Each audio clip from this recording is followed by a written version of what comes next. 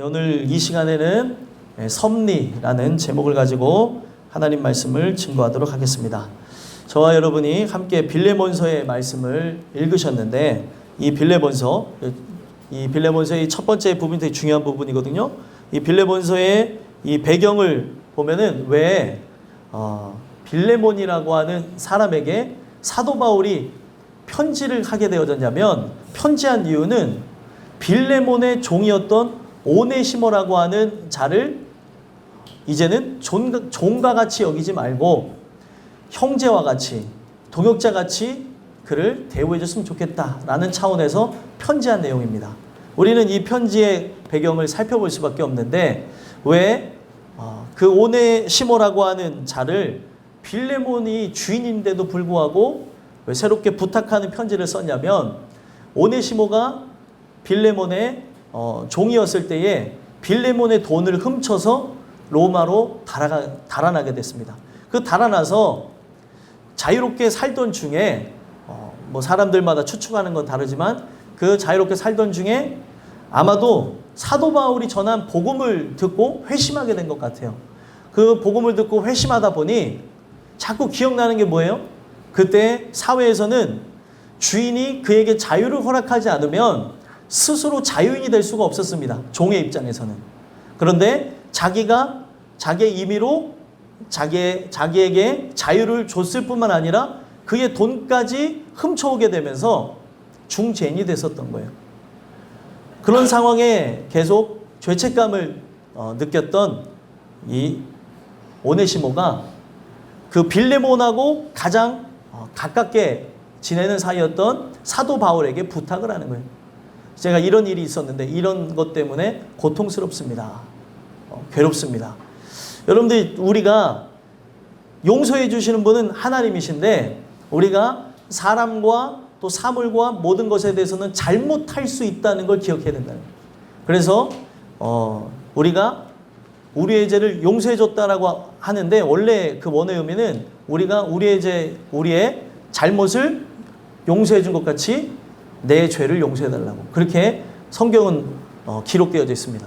그러니까 사람들에게 많은 잘못을 하고 살아가잖아요.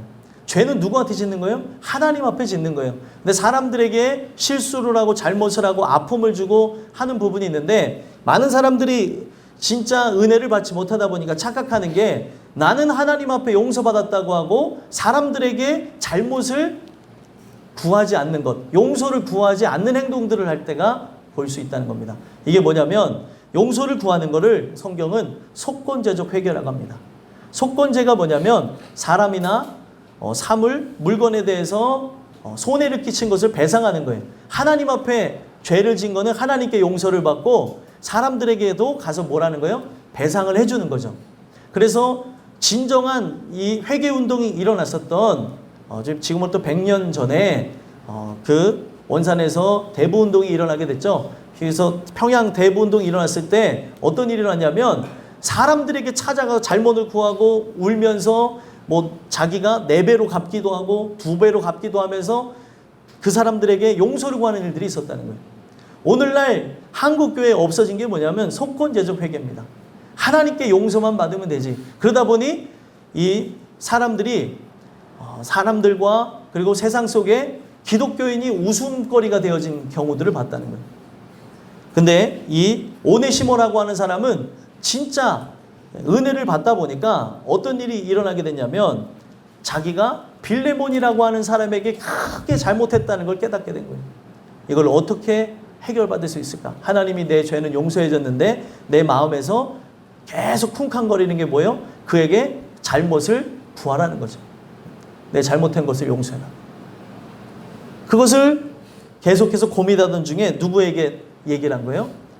은혜 받게 한 대상인 바로 사도 바울에게 상담을 요청했던 겁니다. 그랬더니 사도 바울이 그걸 듣더니, 빌레몬이라고 하는 사람은 자신의 동역자고 자기가 증거한 복음, 바로 예수 그리스도에 대한 말씀을 증거한 걸 통해 회심한 자였기에 지금 자기의 부탁을 당연히 들어줄 거라고 생각을 하면서 오네시모에 대해서, 예전에 너는 종과 같이 여겼었지만 이제는 형제와 같이 그를 대우해 줄 것과 바로 그를 이제는 동역자의 하나로서 내게 하듯 하라. 이게 되게 의미가 있는 것인 게 빌레몬이라고 하는 사람에게 사도 바울은 뭐냐면 주님과 같은 사람이에요. 왜냐하면 예수를 만나게 한 사람이기 때문에 그 고마움이 평생 갑니다. 이게 참 희한한 건데 꼭 갓 태어난 동물들이 갓 태어났을 때에 보게 되어지는 상대를 어미처럼 여기는 것처럼 동일한 거죠. 내가 예수 안에서 태어날 수 있도록 도와준 그 첫 번째 사람을 은혜 받은 사람들은 잊지 못합니다. 그래서 계속 고마움을 갖고 살아가요. 마찬가지로 이 빌레몬은 사도 바울에 대한 고마움이 늘 있었기 때문에 이 편지를 받고 그동안 오네시모라고 하는 자에 대한 미움도 있었겠죠. 또 그 오네시모에 대한 서운함도 있었고 오네시모에 대한 아픔도 있었던 빌레몬이 그를 하나님의 말씀을 대언하는 그 사도 바울의 얘기를 듣고 어떻게 한 겁니까? 그를 형제로, 동역자로 받아줬다는 겁니다. 이게 그때 당시에는 엄청난 일들이었던 거예요. 사회에서 이 종과 주인의 관계 속에서 살았던 이것을 다 허물고 복음 안에서 어떻게 되는 거예요? 형제로 맺어지는 걸 보여주고 있는 겁니다. 이 역할을 사도 바울이 아름답게 행하면서 오늘 여러분들이 하나님 말씀을 받는 자로서 복음을 대하는 자로서 여러분들이 바로 하나님과 그리고 누구를 연결시켰어요? 하나님과 그 죄인을 연결시켜주는 역할을 했던 이 사도 바울처럼 교두보 역할을 감당해야 될 것이며 또 이 말씀을 들을 때에 여러분들이 빌레몬의 입장에서 한번 들어봤으면 좋겠어요. 빌레몬이 이 편지를 받고 났을 때 어떤 마음이었을까? 한번 생각해 보면서 나에게 지금 세상에 많은 사람들을 마주치게 하시고 또 거기에는 나를 아프게 하고 서운하게 하는 사람들도 존재할 수 있는데 나에게 손해를 끼치는 사람도 있을 것인데 바로 그들을 어떻게 대우할 거냐는 거예요. 오늘 이 말씀을 통해서 여러분들과 제가 조금은 더 성숙해지는 그리스도인이 됐으면 좋겠어요. 이 말씀을 여러분들이 받으신다면 원수를 사랑한다고 하는 이것이 너무 큰다고 하면서 이거를 받아들이지 않는 분들도 있을 수 있는데 그 원수를 사랑하는 거는 내 힘으로 하는 게 아니잖아요. 그가 주시는 그 사랑의 능력과 힘으로 하는 것인데 거기까지 나가기 이전에 우리 주변에 아직 풀지 못한 미움이 있고 다툼이 있고 시기가 있고 내가 사랑할 수 없는 다른 스타일의 사람들까지도 하나님의 말씀을 통해서 용인해주고 그들을 하나님의 말씀으로 세우는 역할을 하는 그런 은혜가 바로 이 말씀을 통해서 있었으면 좋겠습니다. 저는 오늘 이 말씀을 통해서 여러분들에게 두 가지 말씀을 권면하길 원하는데 이 섭리라는 말씀을 통해 어떤 말씀을 주시냐?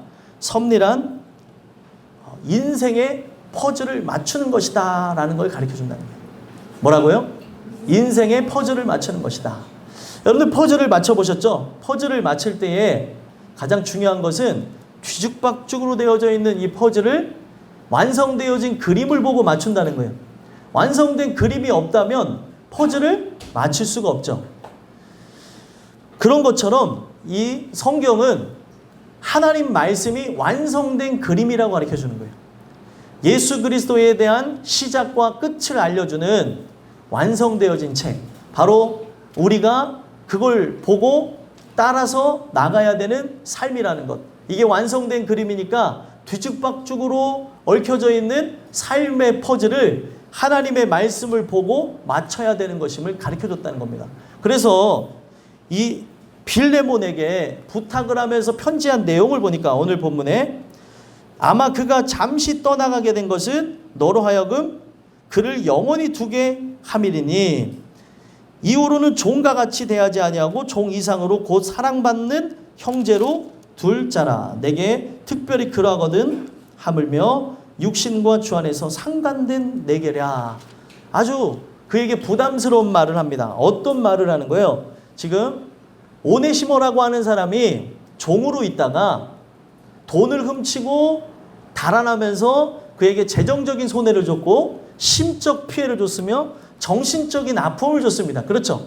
그때 당시의 상황을 토대로 해서 본다면. 근데 이것이 15절에 하나님 편에서 보니까 잠시 떠나가게 된 것은 영원히 두게 함이라는. 참 이해가 안 되는 거죠. 인간 편에서는 이 부분이 이해가 되지 않는 부분이라는 거예요.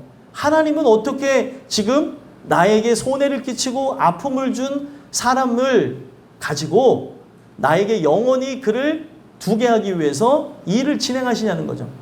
하나님은 오늘도 마찬가지로 섭리 가운데에 여러분들의 인생을 이끌어 가십니다.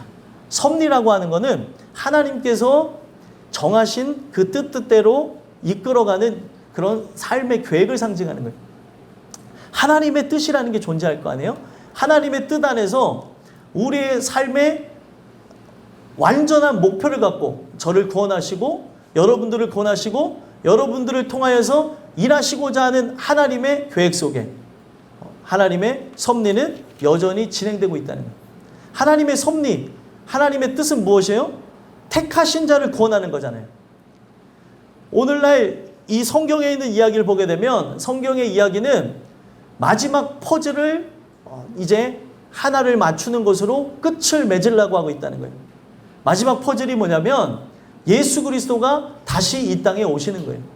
다시 이 땅에 오시는 그 부분 속에서 이게 아예 관심이 없는 사람도 있고 또 이것이 무슨 내용인가 하는 사람도 있지만 오늘날 우리가 은혜를 통해서 하나님의 섭리로 말미암아 구원함을 얻은 존재라고 한다면 하나님은 실수가 없으시고 하나님은 오늘도 자기의 완전한 계획을 갖고 나라고 하는 사람을 구원하길 원하시고 나를 구원함으로 많은 이들을 그 많은 이들이라고 하는 것은 한 영혼도 뭐예요? 천하보다 귀한 영혼이기 때문에 숫자에 연연하는 게 아닙니다. 나를 구원하는 것으로 하나님이 나를 통해 구원할 영혼에 대한 계획을 완전히 수립하기 위해서 진행하시는 거라는 거예요. 오늘 여러분들과 제가 살펴봐야 되는 그런 부분이라는 거죠. 오늘 하나님이 나에게 아픔을 주시고 괴로움을 주시고 눈물을 주실 때가 있잖아요. 내가 뜻하는 바가 있어요. 내가 원하는 바가 있는데 그 원하는 바로 되어지지 아니하고 우리의 삶에 많은 사건과 사고와 그 일들이 일어나게 되는 것은 하나님의 자신의 섭리 가운데 뜻을 이루기 위해서 그렇다는 거예요. 그러면서 알고 봤더니 오네시모를 어떻게 한대요? 16절에 보니까 이제는 종과 같이 대하지 말고 그 사랑받는 형제로 둬야 될 것이며 그리고 그를 어떻게 하래요? 17절에 보니까 17절에 그러므로 내가 나를 동역자로 알진대. 지금 누구 입장에서 동역자예요? 빌레몬이라고 하는 사람의 입장에서 사도 바울이 동역자이잖아요. 동역자인 것처럼 바로 오늘날로 얘기하면 나에게 손해를 끼치고 도둑질을 하고 나갔던 그 종을 어떻게 하라는 거예요? 동역자로 여기라는 거예요. 여러분들 이게 쉽겠습니까? 어렵죠. 근데 마지막 퍼즐만 맞추면 되는 거예요. 마지막 퍼즐을 맞추는 입장에서 오늘 하나님이 나의 인생에 대한 완전한 계획을 갖고 계시고 나를 구원한 것뿐만 아니라 내 주변 사람들을 구원하고 하나님의 일을 효과적으로 하기 위해서 진행하고 있기 때문에 우리가 바라봐야 되는 건 뭐예요? 내 고집과 아집과 또 세상의 논리를 갖고 볼 것이 아니라 완전한 그림으로 비유되어지는 성경책을 볼 필요가 있다는 거예요. 하나님의 말씀. 이 말씀에 비유해서 그렇다고 한다면 그것에 맞춰서 내가 아무리 생각했을 때 이 퍼즐은 이렇게 맞추는 게 아니라고 한다 할지라도 그림을 보고 맞춰야 어떻게 됩니까? 완성된 그림을 볼 수가 있다는 거예요. 물론 달인이 되어지면은 그림을 보지 않고 맞추는 사람도 있더라고요. 근데 우리가 스스로 달인이 되어져서 나가는 그런 차원을 얘기하는 것이 아니라 이건 되게 복잡한 그림입니다. 단순한 그림은 계속 반복하게 되어지면서 맞출 수도 있지만 엄청나게 큰 그림을 퍼즐을 맞춘다고 생각해 보세요. 그 그림이 바로 여러분의 인생의 크기만 하다고 한다면 그거를 어떻게 맞춥니까? 맞출 사람이 없어요. 그렇기 때문에 완전한 그림인 이 하나님의 말씀, 성경을 통하여서 맞추라는 거예요. 뒤죽박죽으로 되어져 있고 내 생각에는 이렇게 맞추는 것 같지만 그 그림을 보고 맞출 때만이 완전한 그림이 되어질 수 있다는 거예요. 그래서 이 내용을 보게 되면 이 섭리를 내가 믿는다고 한다면 나에게 이러한 아픔을 주신 것도 괴로움을 주신 것도 인생에 이 돌아가게 하심을 주신 것도 다 이런 연고구나. 다른 이유가 아니구나라는 걸 알게 하신다는 거예요. 그래서 결국에는 이 종이었던 사람 자체를 동역자까지 여기는 것을 얘기하고 있다는 겁니다. 그러면서 분명히 이 오네시모가 빌레몬의 돈을 훔쳐갔다고 하잖아요. 18절에 뭐라고 얘기하고 있습니까? 한번 읽어보겠습니다. 시작. 그가 만일 내게 불의를 하였거나 내게 빚진 것이 있으면 그것을 내 앞으로 계산하라. 아멘. 자, 이 내용을 보게 되면 이 오네시모라는 사람은 지금 여전히 신분이 종인 것뿐만이 아니라 돈이 없는 걸 알 수 있죠. 그 돈이 얼마만큼의 양인지는 성경에서 얘기를 안 해주고 있지만 그 돈이 막대한 돈이라고 한다 치더라도 사도 바울과 빌레몬의 관계 속에서는 돈을 초월한 만남이기 때문에 돈을 초월한 은혜이기 때문에 이 부분에서 충분히 건면할 수 있다고 생각을 한 거예요. 그래서 그것을 내 앞으로 계산하라. 네가 나에게 받은 은혜, 나를 통하여서 받은 하나님의 은혜에 대해서 정말 감사히 여긴다면 내 앞으로 계산하고 그를 이제 뭘로 받아들여주는 거예요? 동역자로 받아주라는 겁니다. 여러분들 제가 이 말씀을 증거하는 이유가 있겠죠? 빌레몬이 이걸 듣고 어떻게 했습니까? 이걸 순종했을까요? 순종하지 않았을까요? 순종했기 때문에 말씀을 드려요. 여러분들과 저는 이 내용을 토대로 해서 하나님께서 여러분들의 인생도 마찬가지다라는 걸 비춰주시는 거예요. 우리의 삶 속에 내가 그리던 인생의 그림이 있지 않아요? 이렇게 되어져야 된다고 생각하고 자녀에 대해서 부모가 생각하는 게 있고 자녀가 생각하는 부모상이 있을 것이고 또 인생에 내가 추구하는 것, 원하는 것, 또 바라는 것 그리고 삶 속에 경쟁하면서 그리고 있는 삶의 계획이라는 게 존재할 거라는 거예요. 근데 하나님은 그것이 때로는 인간 눈으로 볼 때 어그러지는 것 같고 그리고 손해를 보는 것 같고 인생이 돌아가는 것 같더라도 하나님은 실수가 없다는 걸 기억해달라는 거예요. 오늘 우리의 삶 또한 마찬가지지 않습니까? 지금 빌레몬이 겪는 것 이상으로 더 큰 문제 속에 살아가는 분들도 있을 거예요. 실망감과 좌절 속에. 근데 하나님은 모든 걸 아시는 전지하신 분이라고 얘기해요. 전지가 뭐예요? 어떤 뜻이라고 그랬죠? 과거, 현재, 미래를 관통하며 모든 걸 안다라는 뜻이 바로 전지입니다. 전지하지. 전능이라는 건 뭐예요? 모든 것을 할 수 있는 능력을 갖고 전지전능하다고 얘기하잖아요. 그러면은 나의 인생의 시작도 알 것이고 내가 어떻게 이 세상에 왔는지 또 이 세상에 끝나게 될지 하나님이 아십니까? 모르십니까? 아시죠? 모든 걸 아시는 분이 누구보다 나를 잘 알기에 나를 의로운 길로 그리고 가장 좋은 길로 인도하기 위해서 한다는 거예요. 눈앞에 보여지는 이 삶에 걸어가는 길들 자체는 진짜 험난한 길 같고 그리고 아픔의 길 같고 또 문제와 그리고 고통의 연속의 길처럼 비춰진다 하더라도 이걸 보고 믿을 것이 아니라 하나님을 신뢰하며 하나님이 어떤 분인지를 우리가 믿는다면 오늘날 그 하나님이 말씀해 준 성경을 통하여서 인생의 퍼즐을 맞추라는 거예요. 인생의 퍼즐. 내 마음대로 퍼즐을 맞추고 내 마음대로 해나가는 것으로 고통과 괴로움 속에 나갈 것이 아니라 내가 이 직장에서 잘 됐으면 했는데 내가 이렇게 해서 영광 돌리고 싶었는데 또 이렇게 내 삶이 계획한 바가 있는데 왜 이렇게 안 됐을 것인가? 하나님이 정한 뜻이라는 게 있다는 거예요. 그걸 토대로 해서 하나님의 목적은 뭐라고요? 구원. 나를 구원하고 주변 사람들을 구원하기 위해서 일들을 진행했다는 거예요. 여러분들이 이걸 믿으신다면 그 하나님의 섭리 가운데 진행되는 인생의 퍼즐. 주의 뜻대로 하나님의 말씀 가운데 나가시길 예수 그리스도의 간절히 소망합니다. 그래서 사도 바울이라는 사람을 보게 되면 사도 바울이 지금 이걸 권면한 거는 자기가 그런 인생을 살았기 때문에 그런 거예요. 사도 바울이 어떤 삶을 살았냐면 사도 바울에 대한 걸 보게 되면 그 빌립보서와 그리고 사도행전을 통해 그가 어떤 사람인지를 잠시 잠깐 그렇게 가르쳐주는 게 있습니다. 또 갈라디아에서도 자기를 언급하죠. 그가 어떤 사람이냐면 히브리인 중에 히브리인이에요. 난지 8일 만에 할례를 받았고 히브리인 중에는 히브리인이고 바리새파에 그런 속해 있는 사람으로서 그 율법으로는 흠이 없었던 사람입니다. 그리고 또 사도행전에서 보니까 그는 가말리엘의 문화생이라고 얘기하고 있어요. 어떤 의미냐면 그는 엘리트, 그러니까 오늘날로 얘기하면 금수저라고 하는 사람으로 태어난 거예요. 근데 자기는 그렇게 태어났는데도 불구하고 하나님이 자기의 삶을 돌리셨다는 거예요. 근데 왜 돌렸는지 몰랐죠.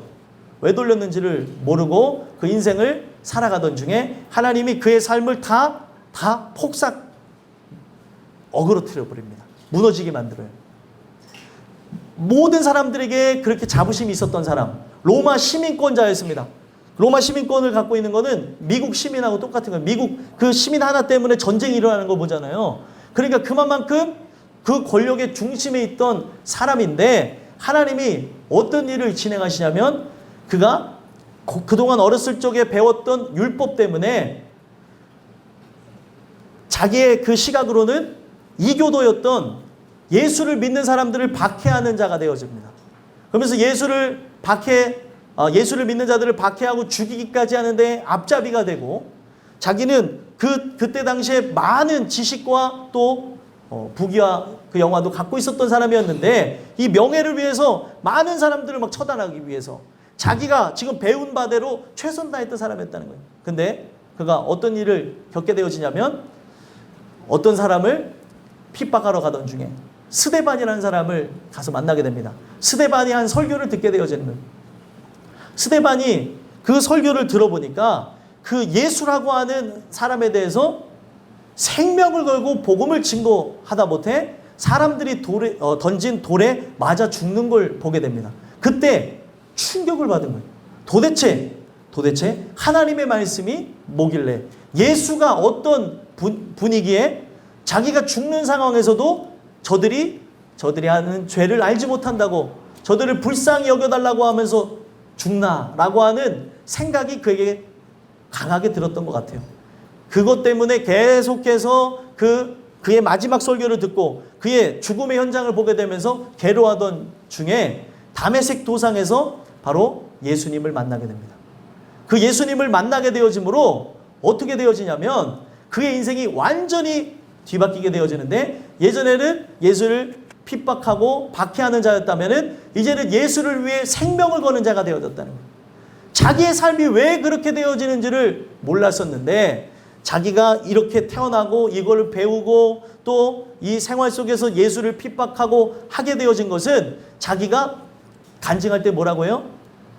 이방인의 사도로 부름을 받기 위해서 아직 복음을 알지 못하는 바로 폭행자나 그리고 이 세상에서 자기에 의해 사로잡혀 살아가는 수많은 사람들을 구원하기 위해서 자기의 인생이 이렇게 되어졌음을 얘기합니다. 그러면서 그가 어떤 고백을 하냐면 나의 나된 것은 다 하나님의 은혜로 된 것이니 자기의 인생 자체를 바로 하나님의 은혜로 되어졌다는 거예요. 모든 사람들이 봤을 때는 실패한 인생으로 그가 나가는 것 같죠. 성공을 향해 나갈 수 있는 청년이 어느 날 예수를 만나서 돈과 명예와 권력을 다 버려버리며 사람들이 봤을 때 무가치한 길을 걸어가기 시작하는 거예요. 다 손가락질합니다. 그랬더니 나중에 그 사도 바울을 아는 사람이 내 학문이 너를 미치게 하였다. 이런 얘기까지 들었다는 거예요. 그게 왜 그런 일이 일어난 겁니까? 그의 인생에 진정한 주관자가 하나님이라는 걸 깨닫게 되어지니까 자기의 모든 걸 버릴 수 있었다는 거예요. 섭리라는 게 뭐냐면 하나님의 뜻 가운데 진행되는 일들을 얘기하는 겁니다. 여러분들의 삶 속에 여러분들의 삶이 바라는 대로 내가 꿈꾸는 대로 이루어지면 좋겠지만 척척척척 이루어지면 좋겠지만 인생이라는 게 그렇게 호락호락하지 않습니다. 우리의 삶이 그렇게도 원하는 대로 잘 되어지지 않는 이유는 오늘도 하나님께서는 자신의 그 섭리 가운데에 우리를 구원하기 위해서 이런 일들이 진행된다는 거예요. 여러분들과 제가 이 사도 바울이 자기의 그 인생의 말년에 목이 잘려나가는 순간에도 고백했던 게 다 모든 것이 은혜로 되었다는 거예요. 자기가 비천에도 처하고 풍부에도 처하면서 내가 살아갈 만한 그 일체의 비결을 배웠노라 하면서 그가 이 생활 속에서 많은 우여곡절을 겪으면서 인생이 왜 이렇게 갈까? 또 인생이 왜 이런 아픔이 생길까? 이런 괴로움이 생길까? 하던 중에 결론을 내린 게 뭐냐면 우리가 거할 것은 예수 안밖에 없다는 거예요. 그래서 그가 어떤 고백을 하면 내게 능력 주시는 자 안에서 내가 모든 걸 할 수 있느니라. 여러분들과 저는 예수 안에 거할 때에 하나님의 섭리가 실현되어지는 겁니다. 오늘 여러분들의 인생의 퍼즐 어떻게 되어질지 모르죠. 어떻게 끝맺을 줄 모르죠. 이 말씀을 들으시면서 나의 모든 인생의 그림을 아시는 분은 누구예요? 하나님 한 분이시기에 오늘도 이 말씀을 통하여서 그의 인도하시는 바대로 순종하고 나아감으로 바울과 같이 또 빌레몬과 같이 하나님의 뜻을 이루는 귀한 사람들이 되게 간절히 소망합니다. 마지막 두 번째로 섭리란 말씀을 통해 어떤 우리에게 권면의 말씀을 주시냐면 섭리란 틀린 것을 순종하는 것으로 이행하는 거라는 거예요. 틀을 바꾸는 것이라는 거죠. 틀을 바꾸는 것으로 죄송합니다. 정정하게 틀을 바꾸는 것으로 순종하는 것이 섭리라는 겁니다. 틀이라고 하는 걸 얘기했어요. 사람이요 말하는 패턴이 있을까요? 없을까요? 있습니다. 여러분들 저 공부를 저 좋아하지 않지만 영어라고 하는 것도 패턴이 있죠. 영어의 패턴 문장에 500개만 외워도 그 외국인과 그 프리토킹을 할 수 있다고 하면서 광고하는 사람들이 있습니다. 마찬가지로 내 언변에도 패턴이 있고요. 행동에도 패턴이라는 게 있습니다. 사람은 그 가진 틀을 깨기가 어려워요. 옛날 사람들은 자기가 있었던 지역에 바깥으로 나가면 죽는다고까지 생각하는 사람들이 있었을 지경이니까 그 틀이라는 게 얼마나 무섭냐는 거예요. 근데 그 틀이 처음에 깰 때는 이게 뭔가 잘못되는 것 같고 큰 문제가 있는 것 같지만 한 번만 깨트려 보면은 그 다음부터는 두 번, 세 번 할 때는 쉽게 되더라는 거예요. 이게 참 안타까운 게 죄에 대해서도 마찬가지죠. 처음에 그 죄에 대해서 발디딜 때 어렵지만 그 죄에 대해서 나중에 사람이 이골이 나게 되면요. 두세 번 하게 되면서 또 여러 번 하게 되면서 아무런 감각이 없는 거랑 똑같습니다. 이 틀이라는 게 바로 그런 거라는 거죠. 깨기가 어려운 건데 깨지게 되어지면 그때부터는 쉽게 하더라는 거예요.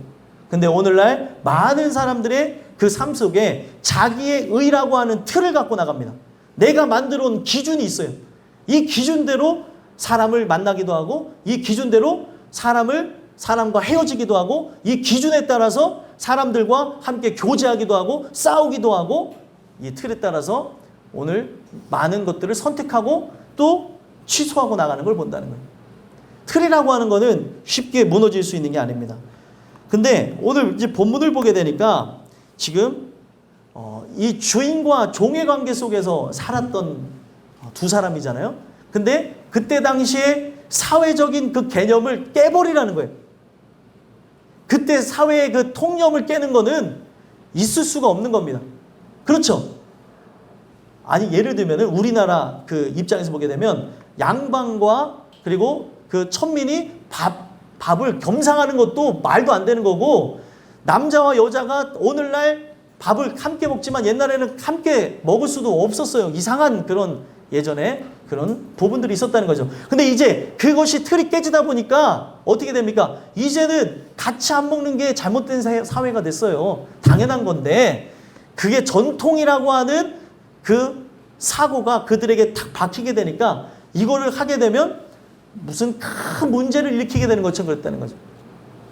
나라를 개방하는 것 때문에도 예전에 큰 싸움이 일어났던 시절이 있었잖아요. 이 개방하게 되면 다 죽는다고 하면서 했는데 그 부분 때문에도 사람들이 싸우고 했던 그런 역사적인 부분도 있다는 겁니다. 오늘날 이 틀이라고 하는 게 그렇게 어려운 부분이에요. 근데 하나님은 뭘 얘기하는 거냐면 사회가 정해진 틀대로 너희들이 또 우리가 나갈 것이 아니라 하나님 말씀에 입각해서 나가라는 거예요.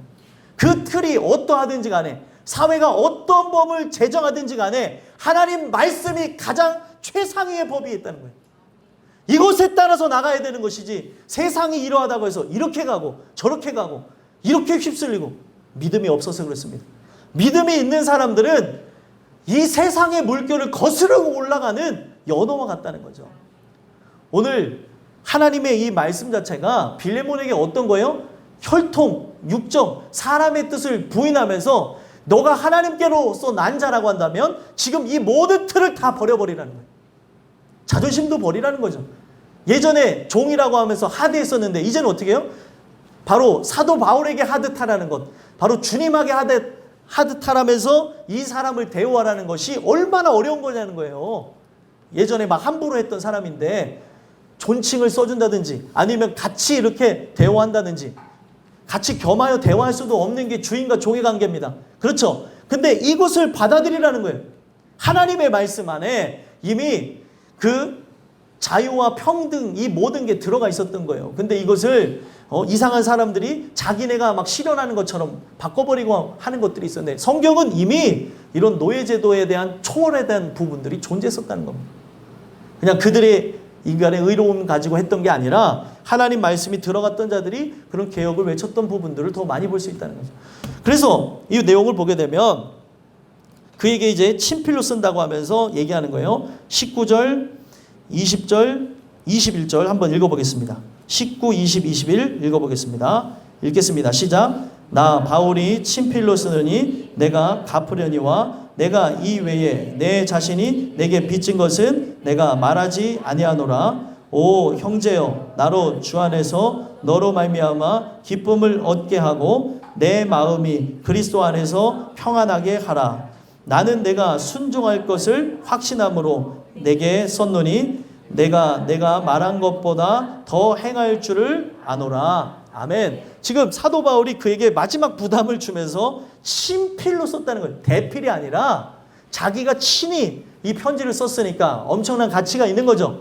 또 가치도 있는 거고 또 그 사람은 사도 바울에게 평생 고마워하는 사람인데 너가 진짜 하나님 말씀을 소유한 사람이라고 한다면 지금 이것 때문에 괴로워하는 바울과 또 오네시모에 대한 이 부분을 풀어주라는 거죠.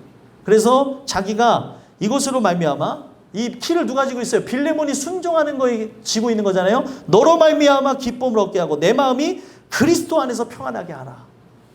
그러면서 최종적으로 큰 부담을 준 건 뭐예요? 내가 순종할 것을 확신함으로 내게 썼다는 거예요. 여러분들과 제가 이 내용을 통해서 봐야 되는 게 뭐냐면 사도 바울은 그가 하나님의 말씀으로 회복되어진 자, 하나님 말씀으로 새롭게 되어진 자라는 것을 확신하고 편지한 겁니다. 오늘날 사람들에게 권면할 때 아무에게나 권면하지 않아요. 말씀을 들을 만한 사람에게 권면합니다. 그렇죠? 이것이 받을 만한 사람에게 해야 그것을 받고 그가 생명으로 여기고 그에게 무엇이 되어져요? 양약 같은 것이 되어지는 것이지 그러지 않은 사람에게 얘기하게 되면 분란과 다툼과 그리고 분쟁을 일으키게 되는 걸 본다는 거예요. 지금 이것을 하게 된 것은 뭐예요? 다른 게 아니라 이 빌레몬이라는 사람이 충분히 그 틀을 깨고 순종할 것을 확신해서 했다는 겁니다. 오늘날 여러분들과 저는 이 틀을 깨는 게 어떤 의미인지를 다시 한번 봐야 되는데 틀을 깨는 건 뭐예요? 믿음이 없으면 할 수 없는 겁니다. 순종이라고 하는 것은 어쩌다가 되는 게 아니라 믿음이 있어야 한다는 거예요. 여러분들에게 하나님 말씀이라고 생각한다면 어떻게 해서도 지켜야 되는 거 아니에요? 그렇죠. 지키려고 애쓰면서 쓰러지고 넘어지면서 또 일어나면서 이걸 하기 위해서 힘쓰며 애쓰며 기도하는 것이 필요하지 않겠습니까? 근데 오늘날 문제는 뭐예요? 하나님의 말씀이 대언된다 할지라도 이것을 하나님의 말씀으로 받아들이지 않으니까 틀을 깨기는커녕 그것에 대해서 반박하고 그것에 대해서 반대되는 길을 간다는 거예요. 그때도 마찬가지고 오늘날도 마찬가지입니다. 사도 바울이 전한 이것을 빌레몬이 사람의 말로 받아들였다면 고마움은 있지만 이것에 대해서 할 수가 없겠네요 라고 할 수 있었겠지만 이 빌레몬에게 편지한 이 내용을 빌레몬은 하나님의 말씀으로 받아들임으로 순종했다는 겁니다. 오늘날도 마찬가지예요. 여러분들의 삶 속에 그 살아온 그 모든 틀을 깰 수 있는 것은 하나님의 말씀이 여러분들이 심겨져서 믿음이 있어야 모든 걸 깨버릴 수 있는 겁니다. 여러분들 이 세상의 흐름대로 갈 수밖에 없어요. 성경은 딱 그걸 정해놨습니다. 다니엘서에서도 한번 비춰주고 뭐 수많은 부분에 나오지만 대표적으로 다니엘서에 그리고 우리가 아는 요한계시록에서 비춰주고 있는 게 세상에 있는 모든 사람들은 사단에게 절할 수밖에 없다고 얘기를 하는 거예요. 근데 믿음의 사람은 뭐예요? 모든 사람이 다 절하지만 절하지 않고 어떻게 합니까? 하나님께 경배한다는 거예요. 모든 사람들이 다 그렇게 간다니까요. 아, 이렇게 해야 되는 거 아닙니까? 저렇게 해야 되는 거 아닙니까? 하는 상황에서도 내가 지금 이 직업을 포기하는 있더라도 학업을 포기하는 한이 있더라도 내 꿈이 변경되는 한이 있더라도 내가 하나님에 대한 이 신앙을 버리지 않겠습니다가 오늘날 신앙인들에게 필요한 거라는 거예요. 근데 오늘날 많은 사람들이 그렇게 간다고 해서 모든 사람들은 뭐예요? 한 번도 한 번도 돌아보지 않고 그대로 쫓아가더라는 거예요. 사람들이 이렇게 가니까 다 이렇게 가는 거죠. 이렇게 반대로 가면 문제가 되는 것처럼. 제가 세상적인 얘기를 하는 것이 아니라 세상에서 흐름들이 있어요. 세상에서 가는 흐름대로 자녀들을 교육하고 또 권면할 것이 아니라 또 부모와 대화할 것이 아니라 하나님의 이치 속에서 보자는 거예요. 하나님의 이치 속에서. 하나님의 이치 속에서 섭리 가운데 하나님이 원하시는 건 뭐예요? 먼저 그의 나라와 의를 구하는 거예요. 세상 사람들이 얘기하는 돈, 명예, 권력, 권세, 집, 차, 그리고 내가 가지고 있는 그리고 저장할 수 있는 통장 이런 거 아닙니다. 그런 위치에서 사회적인 그런 개념을 갖고 얘기할 것이 아니라 모든 틀을 깨고 오늘 우리가 하나님의 사람으로서 어떻게 나가야 되는 것인가 한번 살펴봐야 된다는 거죠. 사회 속에서 어떻게 살아갈 것인가. 모든 사람들은 다 절하는데 하나님 나에게 믿음이 있습니까? 믿음이 없이는 하나님을 기쁘시게 할 수가 없다는데 믿음이 없이는 순종할 수가 없는데 하나님 모든 사람들이 다 주님을 노라고 할 때 내가 주님 예수입니다 라고 나가야 되는데 세상 사람들이 다 놀러 가니까 같이 놀러 가고 세상 사람들이 다 절하니까 같이 절하고 하는 게 아무렇지 않다. 저는 말씀을 갖고 얘기를 하는 겁니다. 오해하지 마십시오. 세상 사람들이 하는 걸 왜 다 따라하냐는 거예요. 믿음의 사람이면 믿음의 사람이 해야 될 말과 행동이 존재한다는 거예요. 그 틀을 이 세상 사람들의 그 틀 내가 살아왔던 그 유교 사상까지도 버려야죠. 유교 사상의 뜰 속에 갇혀서 있는 사람들이 있는가 하면 또 세상의 통념적인 도덕과 윤리관념 속에 살아가는 사람들이 있는데 이 모든 걸 버려버려야 된다. 바로 사도 바울이 그랬고 빌레몬이 이걸 순종함으로 오네시모를 종으로 여긴 것이 아니라 동역자로 받아들였다. 그때 당시에 모든 사회 개념을 무너뜨리면서 받아들이며 이 오네시모가 어떤 이름의 뜻을 갖고 있냐면 유익한 자라는 뜻을 갖고 있습니다. 결국에 그가 진짜 동역자가 되어지면서 초대교회의 중요한 인물로 큰 일을 감당하다가 그 쓰임받고 가게 되어진 존재가 되었다는 거예요.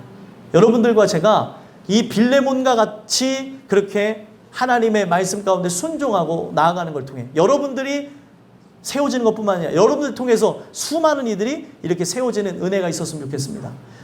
끝으로 갈렙이라는 인물을 이 말씀과 함께 생각해 보고 싶은데 갈렙이라고 하는 인물이 어떤 인물이었냐면 틀을 깨는 인물이었습니다.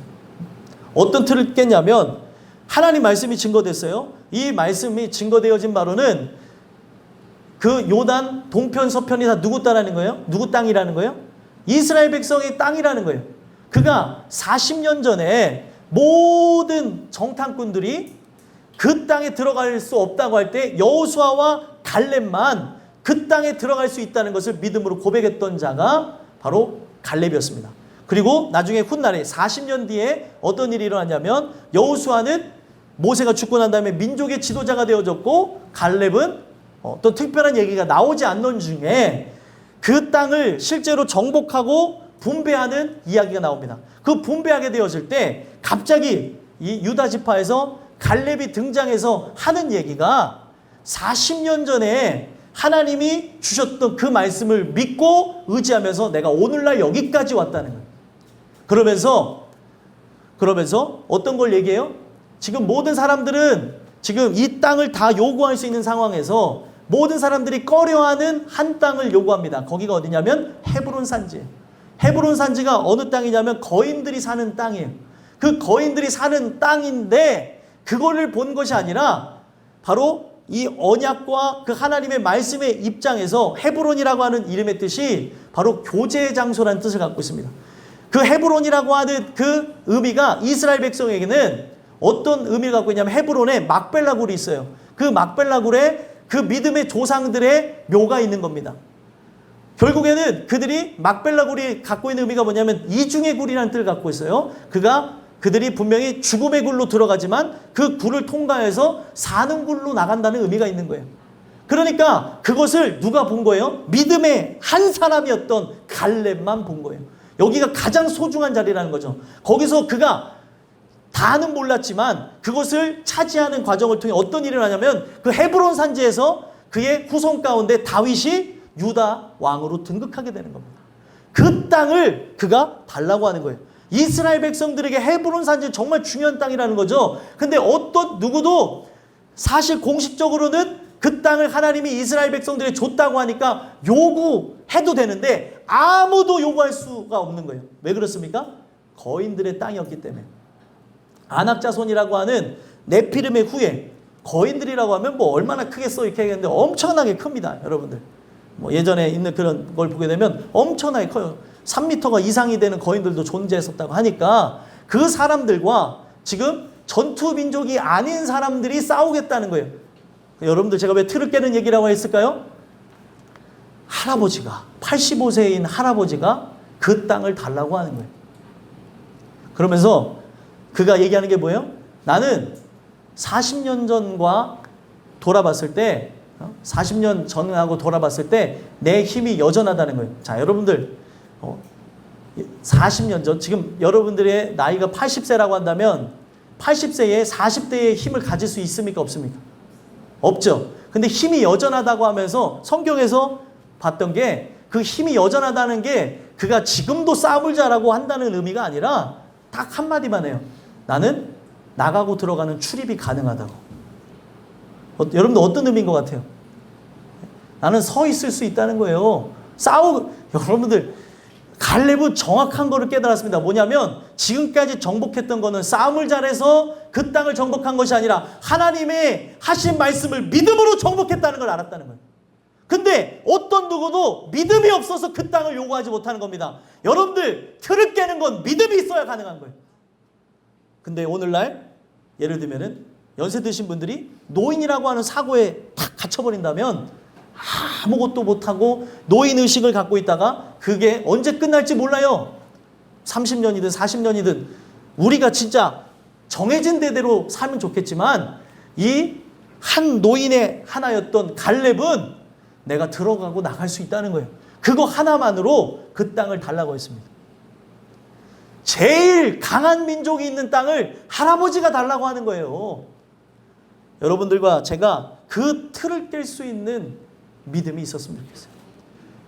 갈렙은 40년 전이나 40년 후나 딱 하나만 봤어요. 뭐요? 언약. 하나님이 약속하신 것만 본 거예요. 그 땅을 준다는 것만 믿고 나가는 겁니다. 전투력이 중요하지 않아요. 칼을 잘 쓰는 게 중요하지 않습니다. 하나님이 이 땅을 줬다는 거예요. 그러면서 그가 어떤 얘기를 해요? 주께서 만약 나와 함께 하시는 거라면 제가 저 땅을 가질 수 있습니다. 이 산지를 내게 주소서. 이 산지. 여러분들은 이 말씀을 통해서 이 틀과 같이 강한 틀과 같은 여러분들의 산지가 무엇입니까? 이것도 제가 이 갈렙의 얘기를 했다고 해서 연세 드신 분들만 얘기한 게 아니에요. 갈렙이 그걸 깨고 나왔다는 겁니다. 깰 수 없는 거를 그 연세에서도 깨고 나왔던 것처럼 오늘 청년들도 장년들도 어린아이들도 갖고 있는 틀이라는 게 있어요. 이 모든 부분들을 하나님의 말씀이 있어야지만 이 세대에 쫓아가는 그 흐름을 따라서 가는 것이 아니라 말씀대로 갈 수 있다는 거예요. 여러분들과 제가 이 마지막 시대에 어떤 일들이 생겨날지 모르는데 그 하나님 말씀 앞에 끝까지 순종하며 우리가 이 말씀을 지키는 것으로 죽는 일이 있다 하더라도 끝까지 순종하며 나가는 믿음의 사람들이 됐으면 좋겠어요. 오늘 이 말씀을 여러분들 안에 새기는 것을 통해 사도 바울은 딱 하나요. 순종할 것을 확신하고 그에게 썼다고 얘기하죠. 그러면서 자기가 나가는 것도 어떻게 얘기합니까? 22절에 너희 기도로 내가 너에게 나갈 수 있기를 바라노라 이런 얘기를 했어요. 숙소까지도 마련하면서. 여러분들과 제가 이 말씀을 받는 것은 이 말씀을 토대로 해서 순종할 것을 하나님께서 권고하시며 확신하면서 주신 말씀이라고 저는 생각을 해요. 여기서 이 말씀을 내가 완전한 모든 의도, 세상의 의도가 적혀있는 성경을 따라서 순종하는 걸 통해 하나님의 기쁨이 되길 원합니다. 믿음이 있어야 순종하는데 그런 자가 되길 원합니다. 이 세상이 주는 두려움과 압박과 괴로움과 그런 것에 우울함으로 이 모든 인생을 마치지 않게 하시고 하나님 나에게 은혜를 주시옵소서. 그렇게 기도하고 나아감으로 빌레몬과 같이 사도 바울과 같이 또 갈렙과 같이 그런 하나님의 은혜가 그 삶 속에 풍성하게 입혀짐으로 순종하게 되어지는 여러분들과 제가 되기를 간절히 소망합니다. 기도하겠습니다. 하나님